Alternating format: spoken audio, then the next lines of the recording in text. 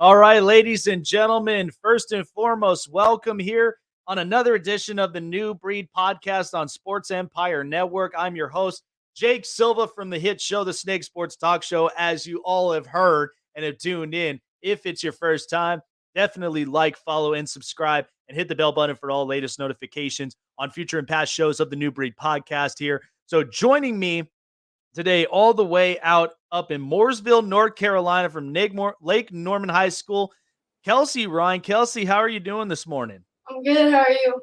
I'm doing fantastic. So tell me a little bit about, just the level of competition that you get out in North Carolina, because I'm gonna tell you, the Tar Heel state, I can tell you. I mean, North Carolina Tar Heels, they are, some of the biggest program, of course, in that state. And, watching these players grow, like how competitive is it in the state of North Carolina when it comes to basketball?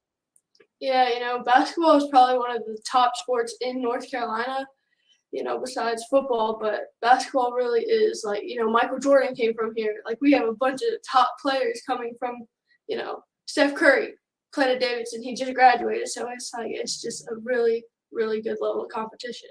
I tell you, I mean, and there's a ton of just hidden gems. I mean, I remember, watching a little bit and pieces of highlights from, Michael Jordan in North Carolina. Even times you saw Tyler Hansborough. I remember seeing him with the Tar Heels, and yeah, all around up in North Carolina, and Steph Curry and Davidson. I mean, it's amazing how you kind of see a lot of the levels of competition all around. So for you in Lake Norman High School, I mean, being as a shooting guard, I honestly, like, that's one of my favorite positions I watch, because I watch guys like Klay Thompson, and I watch a lot of these guys to where they're offensively productive, and at the same time too, defensively, they're tough, and they're the kind that they put a lot of pressure on opposing offenses as well, because ultimately it's going up, getting a bucket, whether it's I need a three or I just need somewhere in the perimeter, and then crunching the time on top of it. How challenging is that in your role and in your position as shooting guard? And then what are the things you look for playing in your position? The things I look for, I'm really just looking to get a shot off whenever I can, because on my team we have so many different weapons. It's not about who's like when are we going to score. It's who's going to score like at the certain time, because we can all score. So it's just Mhm. who wants it. Oh, 'Cause absolutely. Yeah. Who's going to give me the shot, and who can I depend and rely on those positions where that's going to help you, getting you guys securing the lead or even giving you guys back the lead depending on in-game situations. And I'm sure too you guys also deal with a lot of clock management as well, because I mean, when that time's ticking, it's you against time. And so at that point you're trying to rally together, get the shots, and then of course too playing strong defensively, right? yeah.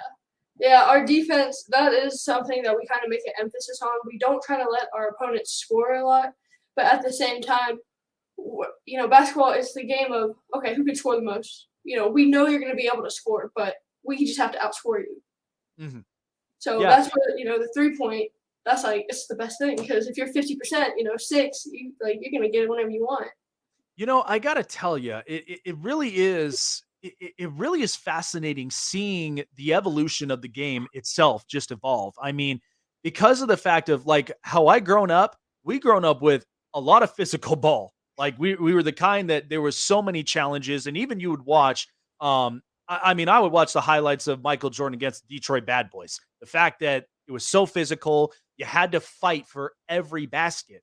And that's what I remember is playing basketball, and there was not a whole lot of three-point shots. Now you did have three-point specialists, but it was only when you needed that shot. Now, you just see a lot of these players, and they're just working on three-point shots more often. They're working on just their shot craft as a whole, and in-game situations. I mean, it's kind of fascinating seeing how that transitions, right?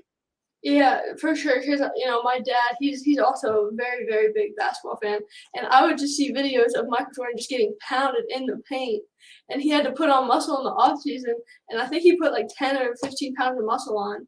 Mhm. But then when the more the game kind of became about guard play, but Michael Jordan was really the one who introduced that. Yeah. And so when he did that, it was like, okay, like these smaller guards, guess what? Now we can play. Like now it's not all about the big post. Mhm. Yeah, So now it's starting to level the playing field out a little more. So I can tell you, I mean, I'm born and raised here in Las Vegas, and as you know, home of the world champion Las Vegas Aces. A yeah. lot of great players from there: Asia Wilson, Kelsey Plum, and Chelsea Gray. I mean, was there ever a player you evaluated more? Because I ask this question all the time with a lot of young kids in the basketball realm. Was there ever a player you evaluated more and you're just like, I can kind of see my gameplay be a little more imitated from this player? Like, was there ever somebody you had in mind? Um, that's a great question because it goes back and forth, and it really depends on the situation. I like to compare my game to Steph and Luca. Luca's a big one because the body type. We're not the slowest, but we can get around. Mhm.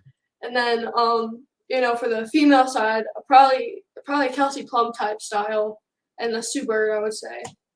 I would tell you, I've been a big fan of Kelsey Plum and the way she carries herself on and off the court.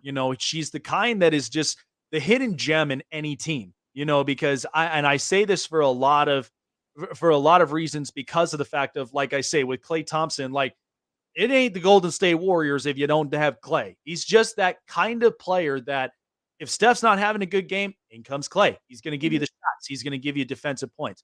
I feel like with Kelsey Plum, it's almost as similar. She's the kind that if somebody's having an off day, she's going to be the one to help to fill the void and then uplift, a lot of those ladies as well. And especially when you look at a head coach like Becky Hammond, she knows the system. She's been around Greg Popovich in San Antonio. So to bring that kind of repertoire into the team, I think really shapes it and speaks a lot about just how dominant that the team has been this past year. Um, but I'll tell you, Luka Doncic, I'm already been a big fan since he came into this league. I mean, to play at such a high level at the age of 15 is insane. And the Yeah. fact that he could be competitive and, you know, plays a lot of physical ball, which I think honestly they need to showcase more of in some ways. But at the same time, he's a very hyper athletic competitor because of somebody that can really drive to the basket and at the same time, yeah, there's going to be times where he's going to bark, but when it comes together as all together as a team, it's just flawless. It's just one that you can't even compete with that. Um, so seeing you from your team, how do you guys really prepare yourselves before a game? And like, is there a certain strategy you guys usually use or something that gets you guys amped up, gets you prepared? Like, how do you guys usually prepare before games? Music is a big part of that. We like listening to rap. Drake's a big one now. At least with my team it is. So we'll listen to that, and we get shots up. But at the end of the day, we're coming in there to compete. We're coming in there to destroy you. I believe it was Kobe Bryant where he was like, I wanted like at the end of the day to make my opponent reconsider their whole life choice of playing basketball. So that's kind of the mentality I think I have, and the team like we're just so dominant, and it's very fun to be a part of that.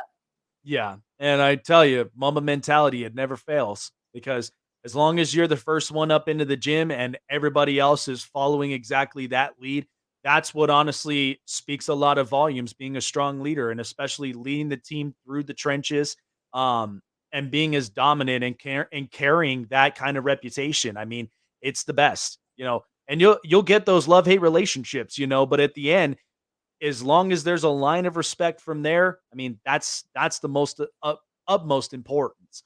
And seeing from just your style of play, I mean, when you're on an offensive situation, and let's say you're down maybe about like 3, 4 points. Um, how do you really handle those kinds of situations? Because sometimes it gets really challenging. It's you against time. It's giving your team that lead. And then at the same time, it's going by that instinct. Like, we got to get our lead back. We got to execute a lot of plays. How do you guys really do handle that in game situations? Yeah, our team really has only had that happen once in the season. But I believe the true pressure is you wanna see, okay, how do we get ourselves into this situation? How do we prevent it from happening? And it's a learning experience, one, but second of all, we're trying we're gonna press you. That's our team. Like we're all guards. We're gonna press you and we're gonna make you turn the ball over. Like we're gonna be in your face. You're not gonna be able to breathe. And as soon as we get that turnover, we're gone. And where if we want a three, we're gonna shoot a three. If we want a two, like it's also with the time, like you said. And it's just being aware that coach gonna draw something up. Okay, that's what we're gonna do. There you go. I mean, that does speak a lot of volumes, and going by the instinct and really handling it to where, like, because a lot of emotions really rise up when stuff like that happens. But it's as long as they keep the cool and as long as they keep the playing field even, like then that's where it becomes smooth sailing from there. And it's not giving your opponent a reason to where I can literally get past you because of the fact of there's so much that goes up on your mind. So if it keeps the calmness and focus, I mean that's the biggest key. Um have you so far have gotten any offers from any of the colleges so far from your level of play? No, I haven't gotten any offers yet. I have schools that are looking at me, but I think this AAU season coming up and stuff is really going to be the time to, you know, see all the options. Oh, absolutely. I mean, and you never know who's out there watching, I mean, hey, you might end up possibly seeing like, a lot of really good reps up in North Carolina. Like you said, the competition's great. It's a big time basketball state, and again, I love their program. I mean, especially from the years of Roy Williams coaching the team and a lot of players that have really grown and have come out of the program, they come out and they're just fantastic. And so it would be great, still representing in the state of North Carolina at some point. And hey, even if it's offers from elsewhere, I mean, Yeah, when they see you, because yeah, the atmosphere gets tough. It's very high level, but sticking to your game and sticking with that kind of mentality in the playing field and the plan, I mean, that's what's going to get you a long way. Um, and I ask this of every one of the students, because it's always an utmost importance for everybody because all of us want to be successful and not only on the court, but even, in life. We all want to be successful in a lot of areas. Um, has there been a certain career field possibly that you have looked at, even just as playing on the court now? But has there been a career field you may have seen or if that caught your attention that you're kind of interested in going into the collegiate level soon? yeah. So for colleges, it's very important for me that they have the type of program that I'm looking for. And I've looked into business and sports medicine mostly. I just took a health science one honors class at the high school. I got a 4.5 in that. I mean, I loved it a lot. It was very fun. And then business. Right now, I'm in business essentials, just learning kind of just the foundations and seeing if it's really something that I want to go into. But I'm really looking forward to it, and I'm still exploring. Still a freshman, but I got a little bit of time. Oh, yeah. Got a lot of time ahead of you. And that's great because at the very least, it's keeping your future open, a lot of windows of opportunities. That's always a great mentality to have because we never know where life is going to take us, and to see that, that's very impressive being in, a 4.5 into that in that specific category. I mean, I could tell you, I mean, I'm a diehard Charger fan, and when I heard about, Justin Herbert being a 4.0 biology major student because he knows how to take care of his body and he just knows all the elements that come to that. That's even a big importance, even being in the sports medicine realm, because I talk with some people that have come out of sports medicine and they love their jobs. They're not only being around some of the big players, but the fact of getting to work with them, getting to really, evaluate and study them and how do I get the best performances where they feel good, they're ready to roll. Um, it's always such a great, career field as well because you learn a lot of those aspects of how does our body work? How do we keep us up in shape? For you, when you prepare yourself for a season and even, in game situations as well, is there like a certain workout type of plan? You keep yourself healthy, you keep yourself active because a lot of these players, it's very tough. There's a high expectation. So is there usually like a strategy you have keeping yourself healthy from in season and off season? Yeah. So preseason, it's a lot of just getting my body ready for what's about to happen. So it's not as difficult as postseason. Just postseason, I'm like, okay, now's the time to get stronger, better, quicker, faster. But preseason, I'm doing a little bit of conditioning, but it's mainly just eating right, keeping my body in shape, and just really just working on fundamentals, just getting that down packed before I want to go into any major, show off type moves and stuff like that. But it's really just when you just enjoy the process so much, it's really just it's fun. Oh, absolutely. And I used to love that, like playing sports years ago, being up into the high school level. I mean, actually talked with a player about this yesterday, and I asked if there was still like two a days in practice because I remember playing football and we had two a days, and it gets hot as heck out here in Vegas. And you're working out in the morning, you're going through the morning schedule, and then you come back out up at night. And I said the best thing that was like icing on the cake was when we're out on that field and the sprinklers come on because we're so exhausted, and yet you Yeah, feel it because of how the coolness from the hot temperatures, you're just like relieved. But it's a lot of hard work and determination and building that chemistry too for you and the team because it's the most importance, going into practice, getting everybody on the same pages, even before a game starts. Like then you're just ready to roll. You're ready to hit that court and ready to play your best. And then even flowing from everybody else as well, picking up where everybody leaves off. And that's great. And you guys have a lot of fun doing it too, building those relationships and trust. I mean, that's the most important thing, especially when you're talking about not just a simple team, but a winning team perspective as well from that type of mentality. So that's a great thing to hear from there.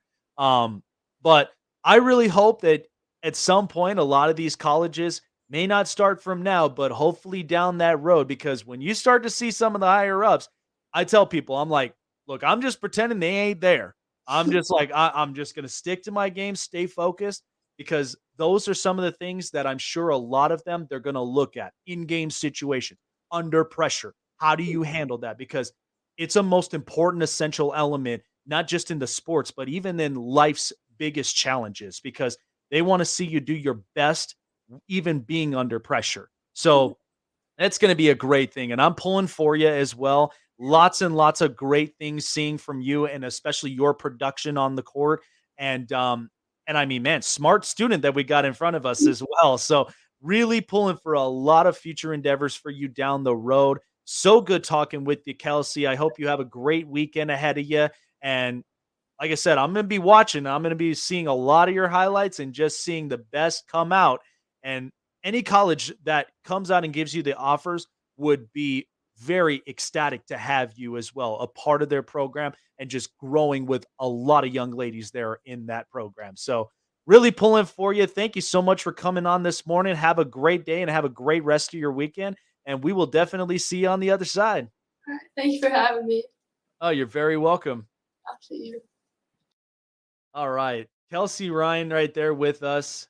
Man, I love that too with stories on a lot of young students because in the end, like, I mean, smart student, especially, going into, the sports medicine world. I mean, and I talk with a lot of people, like, they love it. They absolutely enjoy it. Like, not just being around, a lot of players from either the college or even in the professional level, but the fact that they enjoy what they do. And you know, they learn a lot of, just a lot of the anatomies of the human body and of course too, how does our body functions. Um, and it's so important too, keeping up with the right dietary, the right health, and of course, loosening yourself up, daily stretches, and anything that's getting you prepared for daily works, and that's always the most important thing.